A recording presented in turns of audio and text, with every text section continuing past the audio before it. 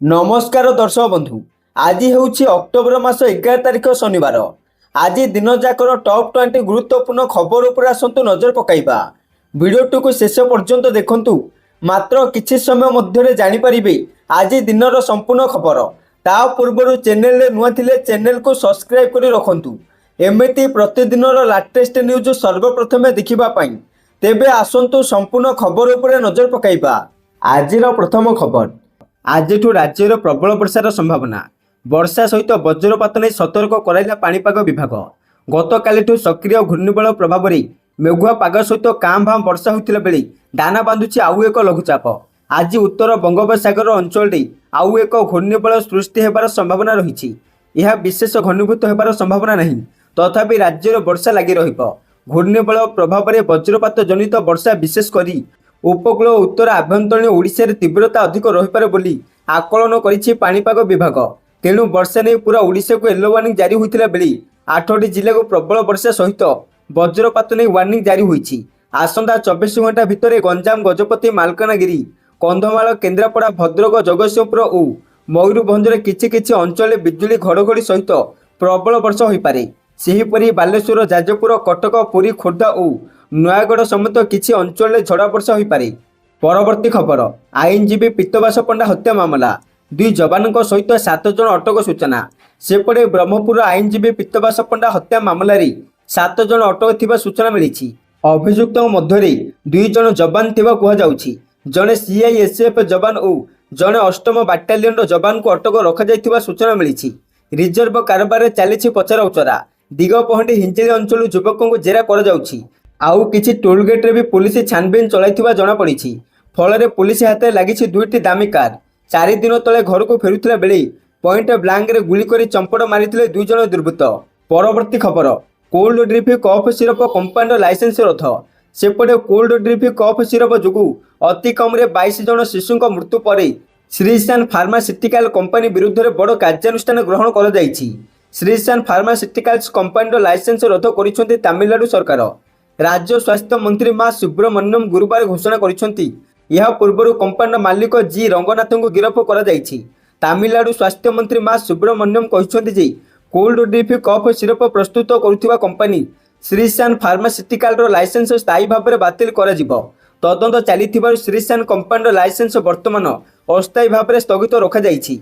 Police team Kanchipuram सुंगुभार चत्रम रे थिबा compound उत्पादन प्लांट मध्य जांच करिवो। वर्तमान तमिलनाडु, केरल, मध्य प्रदेश, पंजाब एवं अरुणाचल प्रदेश समेत अनेक राज्य कोल्ड ड्रिंक कफ सिरप बिक्री उपर निषेध करिसेंती।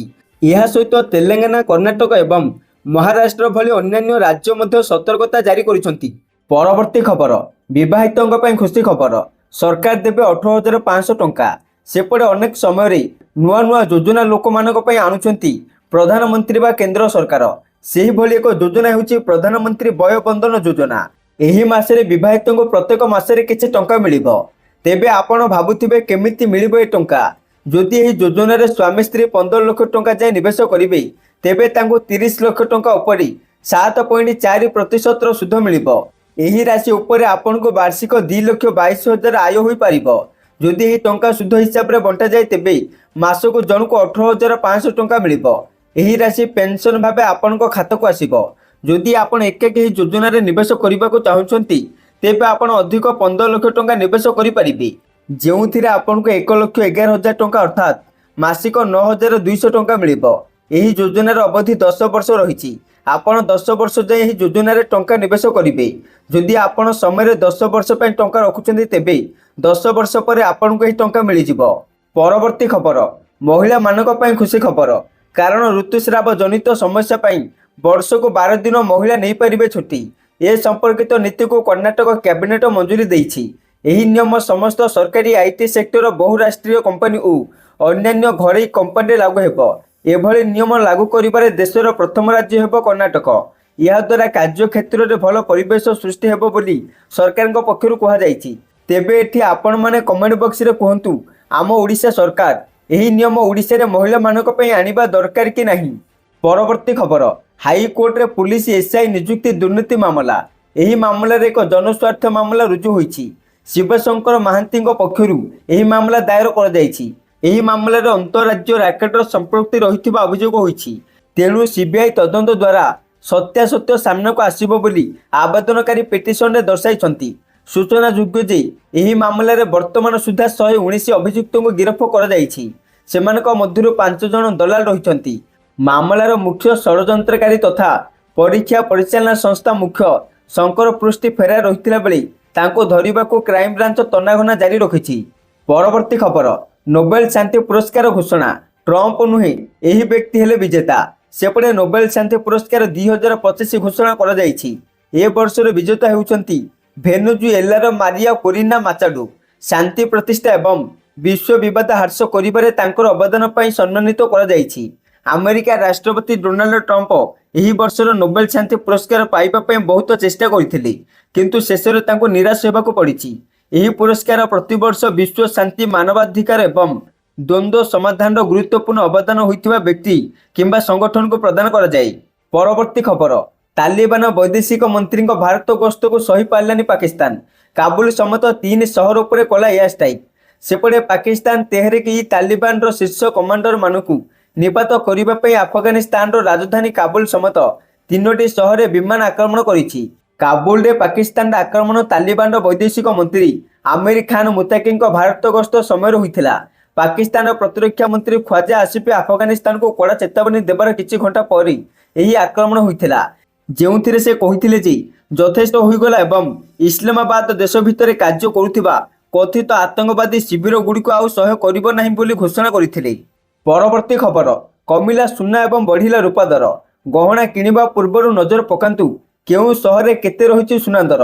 ତେବେ ଯଦି ଆପଣ ଆଜି ସୁନା କିଣିବାକୁ ଚାହୁଁଛନ୍ତି ବା ଯୋଜନା କରୁଛନ୍ତି, ତେବେ ପ୍ରଥମେ ଜାଣିନିଅନ୍ତୁ ଆଜିର ସୁନା ଦର। ଆଜି ଭାରତୀୟ ବଜାରରେ 24 କ୍ୟାରେଟ ସୁନା 1,22,290 ଟଙ୍କା ରହିଛି। ସେହିପରି 22 କ୍ୟାରେଟ ସୁନା ଦର 1,12,100 ଟଙ୍କା ଛୁଇଁଛି। ସେହିପରି ରାଜଧାନୀ ଭୁବନେଶ୍ୱରରେ 24 କ୍ୟାରେଟ ସୁନାର ମୂଲ୍ୟ 10 ଗ୍ରାମ ପିଛା 1,22,290 ଟଙ୍କା ରହିଥିଲା ବେଳେ 22 କ୍ୟାରେଟ ସୁନାର ମୂଲ୍ୟ 1,12,100 ଟଙ୍କାକୁ ପହଞ୍ଚିଛି। ସେହିପରି ମୁମ୍ବାଇରେ 24 କ୍ୟାରେଟ ସୁନାର ମୂଲ୍ୟ 1,22,290 ଟଙ୍କା ଓ 22 କ୍ୟାରେଟର ମୂଲ୍ୟ 1,12,100 ଟଙ୍କା ରହିଛି।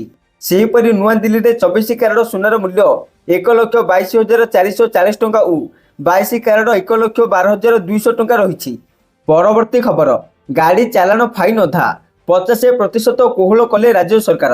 ସେପଟେ ଜୁଲାଇ 31 କିମ୍ବା ତା ପୂର୍ବରୁ ଇ ଚାଲାଣ କଟିଥିଲେ ଫାଇନ୍ କୋହଳ। ଏନେଇ ବାଣିଜ୍ୟ ଓ ପରିବହନ ବିଭାଗ ପକ୍ଷରୁ ବିଜ୍ଞପ୍ତି ଜାରି। ଫାଇନ୍ 50% କୋହଳ କଲେ ରାଜ୍ୟ ସରକାର।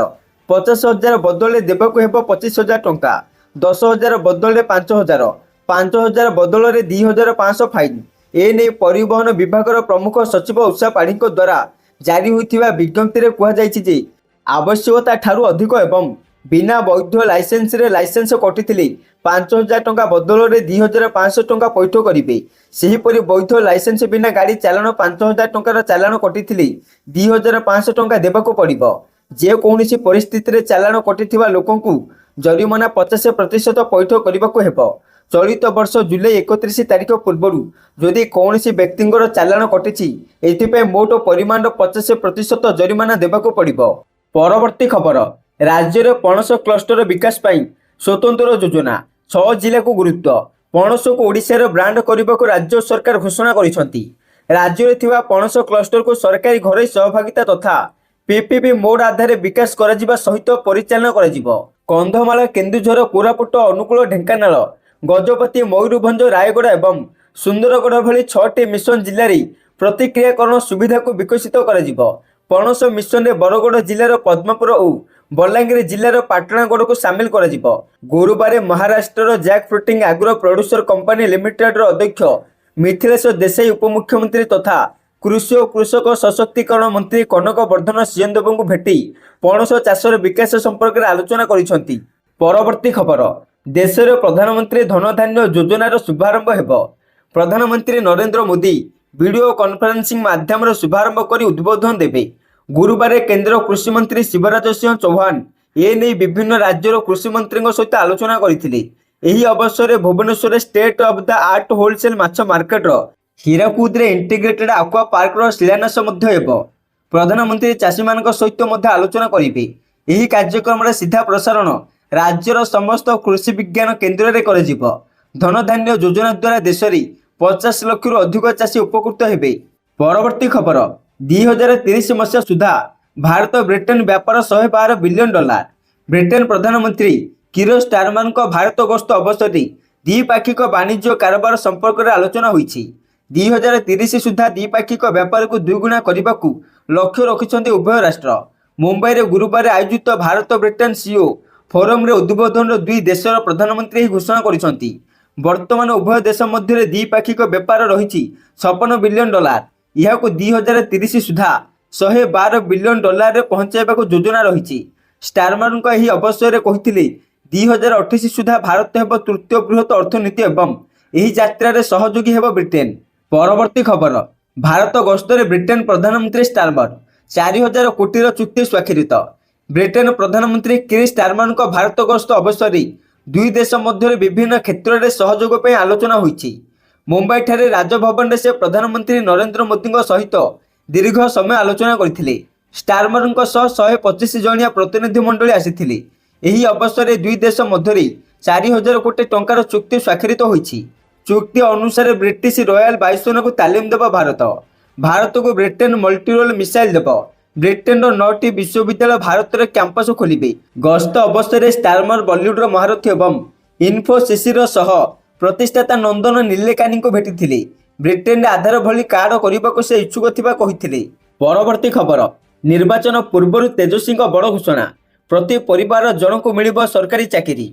बिहार निर्वाचन जेतिकी जेतिकी पाखे आसुछि विभिन्न राजनैतिक दलगुड़िक सेतिकी लोभनीय प्रतिश्रुति दे चली। पूर्वतन उपमुख्यमंत्री तथा आरजेडी नेता तेजस्वी यादव गुरुवार एक बड़ घोषणा करिसंती। राज्य में जो परिवार सरकारी चाकरिया नाहांती ସେହି परिवार जनकु सरकारी चाकरी प्रदान पर नुआ आईन हेब। तेजस्वी कहिसंती आज बिहारवासी चाकरी नुहे बेकारी भत्ता विषय कथा होउछंती। एबे बिहार परिवर्तन एवं नवजागरण हेब। आम एक वैप्लविक घोषणा करने को जाउछु। आम सरकार क्षमता को आसिले 20 दिन मध्य एक आईन प्रणयन करूँ। परवर्ती खबर सीजेआई उपर को जोता फिंगी आईनजीवी बार लाइसेंस बातिल। सुप्रीमकोर्ट मुख्य विचारपति तथा सीजेआई बीआर गभाई उपर को जोता फिंगी आईनजीवी राकेश किशोर दृढ़ कार्यानुष्ठान नियाଯାଇଛି। Supreme court bar association Rakesh licence तथा सदस्यता को बातिल करिसंती। बार एसोसिएशन पक्षर कहुଯାଇଛି किशोर निंदनीय विशृंखला एवं असंजत आचरण न्यायिक स्वाधीनता उपर सीधासलख आक्रमण एथिसह पेशेदार नीति सौजन्य एवं सुप्रीमकोर्ट मर्यादार एक गुरुतर उल्लंघन। उल्लेखযোग्य 31 वर्षीय किशोर गत 6 तारिख में कोर्ट भितर सीजेआई उपर को जोता फिंगी। यही समय सनातन धर्मर अपमान सह करिबु नाही बोली से चित्कार करथिले। परवर्ती खबर अछि काहेकि पांजिरे रहुछि द्वंद्व केबे पालिबे पर्व बारंबार चिंतारे पडुछंती लोक। अक्टोबर 20 ना अक्टोबर 21 केउ दिन हेबो दीपावली एवं केउ दिन दियाजिबो पया श्राद्ध ताकू नै उपजिछि द्वंद्व। पांजी गोटिए किंतु दुईटी तारीख। कोहिनूर पांजिरे अक्टोबर 20 तारिख रे दीपावली एवं पया श्राद्ध बोली लेखा अछि। आउ अक्टोबर 21 रे रहिछि अमावास्या तिथि। सेपटे राधारमण पंजिकारे अक्टोबर 20 दीपावली बोली लेखा अछि। मुक्ति मंडप पंडित सभा कहिछि 20 तारिख रे लोके श्राद्ध दियंतु। ज्योतिर्विद किंतु एने आपत्ति उठाइछंती। केवल दीपावली नुहे पूर्वरु अनेक पर्वपर्वाणी को नहीं पांजिरे भिन्न भिन्न तारीख आसीथिला। कुमार पूर्णिमा राखी पूर्णिमा और चंद्रग्रहण पालन को नहीं मध्य साधारण लोके आशंकारे थिले। तेबे काहेकि एभली भिन्न भिन्न तारीख आसुची मुक्ति मंडप पंडित सभा एवं पांजी गणनाकारी मध्य रहुनी कि समन्वय पर्वपर्वाणी एवं उत्सव पालन पाई ओडिया माने पांजी देखंती किंतु एबे पांजी को लोके विश्वास करि पारु नाहंती। पांजीर विश्वसनीयता को नहीं उठिछि प्रश्न। परवर्ती खबर अछि सबु कल्पना जल्पनार अंत उपरे ओडिया रे हेबो बालीजात्रा। सबु कल्पना जल्पनार अंत घटिला। सबु वर्ष भली एथर भी उपर बालीजात्रा पड़िया रे अनुष्ठित हेबो ऐतिहासिक बालीजात्रा कटक 2025। अंधकार रे रखिथिबा कटक जिला प्रशासन एबे उपर बालीजात्रा पड़िया पई अंटा भिड़िला। एथर मुख्य ऐतिहासिक बालीजात्रा रे मुख्य आकर्षण साजिबो एमएसएमई एनक्लोजर मिशन शक्ति एनक्लोजर आउ विंटेज कार रैली एने एक सांबादिक सम्मिलन जरिए अतिरिक्त जिलापाल दिव्यलोचन महांती सूचना देइछंती। गतकाली हाईकोर्ट को निर्देश पर उपर पड़िया बालीजात्रा अनुष्ठित हेबो। एने जिला प्रशासन प्रस्तुति आरंभ करिछि। कटकर ऐतिहासिक को सम्मान जनाई उपर पड़िया दहीबरा आलुदम ठुंका परी एवं फन जोन कराजिबो बोली निष्पत्ति निया जायछि। सेहीभଳି एथर 80,000 स्क्वायर फुट जगार जिला प्रशासन और मेहफिल ऑर्गेनाइजेशन सहयोगर लोके विंटेज कार रैली देखिबार सुजोग पाइबे। सेहीभଳି उपर बालीजात्रा पड़िया दहीबरा आलुदम व्यवसायी उपरे पड़िया व्यवसाय करिबार आज भेटिछंती जिला प्रशासन को। परवर्ती खबर अछि नाच गीतरे पाठ पढ़ुछंती पिला चर्चारे डांसिंग अंगनवाड़ी दीदी कुनी कुनी पिलामानकर पाठ प्रति आग्रह बढ़ाइबा पई प्रमुख माध्यम हेउछि नाच गीत गप एवं खेल आउ एहाकू बेस भलो भाबरे बुझिछंती अंगनवाड़ी दीदी। सेथिपई एपरि अभिनव उपाय पाठ पढ़ाउछंती जाहाकू नै प्रशंसा करुछंती अभिभावक। बालेश्वर बस्ता ब्लॉक कुड़िया अंगनवाड़ी केन्द्रर कर्मी रेणुबाला पात्र दीदींको भिन्न स्टाइल पाठ पढ़ा पई समय पूर्वरु अंगनवाड़ी केन्द्र रे पहुंची जाउछंती पिला। कारण अंगनवाड़ी दीदी जनक नाच गीत गप एवं खेल माध्यम पाठ पढ़ाउथिबा सहित विभिन्न प्रकार रंगर प्लास्टिक फल चित्र संकेत देखाई पिलामानंकु पाठ पढ़ाउछंती जहाकू देखि पिलामाने सहजरे पाठ शिखि जाउछंती। रेणुबाला तांको अंगनवाड़ी को गोटाए मंदिर भली देखंती। केन्द्रर मुख्य द्वार रे प्रत्येक दिन घट स्थापन करिथांती। पिला मानक पाठ पढ़िबा प्रति आग्रह बढ़ाइबा पई कांथरे विभिन्न प्रकार शिक्षणीय चित्र अंकन करिसंती। बाजार रे मिलुथिबा विभिन्न प्रकार कंढे प्लास्टिक जीवजंतु फूल फल सांकेतिक चित्र एवं अनेक हाथ तैयारी सामग्री रखिसंती। पिला माने मध्य एहा सहायरे सहजरे शिखि पाठ जाउछंती एवं पाठ प्रति तांकर आग्रह मध्य बढ़ुछि। परवर्ती खबर अछि चिंतारे राज्य सरकार कमुछि अंडा उत्पादन। उत्तम स्वास्थ्य ପାଇଁ नियमित अंडा खाइबा दरकार। दिनकू दिन अंडार चाहिदा बढ़ुथिबारु राज्य रे अंडा उत्पादन वृद्धिर यथेष्ट सुजोग रहिछि। क्षुद्र और नाममात्र चाषी महिला स्वयं सहायक गोष्ठी और उद्योगों जरिए अंडा उत्पादन वृद्धि निमंते राज्य सरकार अनेक गुड़िए योजना कार्यकारी करुछंती। अंडा दिया कुकुड़ा पालन कृषक मानक आय वृद्धि रे सहायक हेबा सहित सेमानक पई निरंतर आयर सुजोग सृष्टि करिथाए। राज्यर चाषी और उद्योगी माने सरकारी योजनार लाभ उठाई अधिकरू अधिक अंडा उत्पादन करी निजर आय वृद्धि करिपारिबे। किंतु विश्व अंडा दिवस रे राज्य को अंडा चिंता। राज्य रे वार्षिक 372 कोटी अंडा उत्पादन हेउथिबा बेले दिनकू पाखापाखि 1,17,00,000 अंडा उत्पादन हेउछि। 2019 सुधा वार्षिक 500 कोटी अंडा उत्पादन करबा पई लक्ष्य नै सरकार पदक्षेप नेउछंती। एथिपई सरकारी स्तर रे बड़ योजना करा जाउछि। आज विश्व अंडा दिवस अवसर रे लोकसेवा भवन कांग्रेस भवन हॉल रे आयोजित राज्य स्तरीय कार्यक्रम जोगदे एही सूचना देइछंती मत्स्य और प्राणी संपद मंत्री गोकुलानंद मल्लिक। आहुरी मध्य कहिछंती पूर्वरु प्राय सबु घरे गाई गोरु पाळुथिले हेले एबे देखिबाकू मिलुछि जे घरे घरे कुकुर पाळुछंती। एहा बदल रे घरे गाई पाळी गोमाता सेवा करिबाकू कहिछंती। परवर्ती खबर अछि निर्वाचन रे होई परिबोनी एआई रो अपव्यवहार। बिहार निर्वाचन पूर्वरु सबु दल को कड़ा चेतावनी देले निर्वाचन कमिशन। डीप फेक और एआई अपव्यवहार को नहीं निर्वाचन कमिशन को कड़ा चेतावनी। बिहार विधानसभा निर्वाचन रे आर्टिफिशियल इंटेलिजेंस बा कृत्रिम बुद्धिमत्तार अपव्यवहार ठू दूरे रहिबाकू समस्त राजनीतिक दल को निर्देश। बिहार रे आदर्श आचरण विधि लागू होई सारथिबा बेले एआई किंबा डीप फेक व्यवहार करी भ्रम सृष्टि न करिबाकू चेतावनी देइछंती निर्वाचन कमिशन। तेबे सोशल मीडिया रे किंबा विज्ञापन जरिए रे प्रचार पई कोनोसी एआई फोटो किंबा वीडियो तैयारी करुथिले सेथिरे स्पष्ट भाबरे एआई जेनेरेटेड बोली उल्लेख करिबाकू निर्देश दिया जायछि। सोशल मीडिया पोस्ट गुड़िक उपरे कड़ा नजर रखिबा बोली चेताई देइछंती निर्वाचन कमिशन।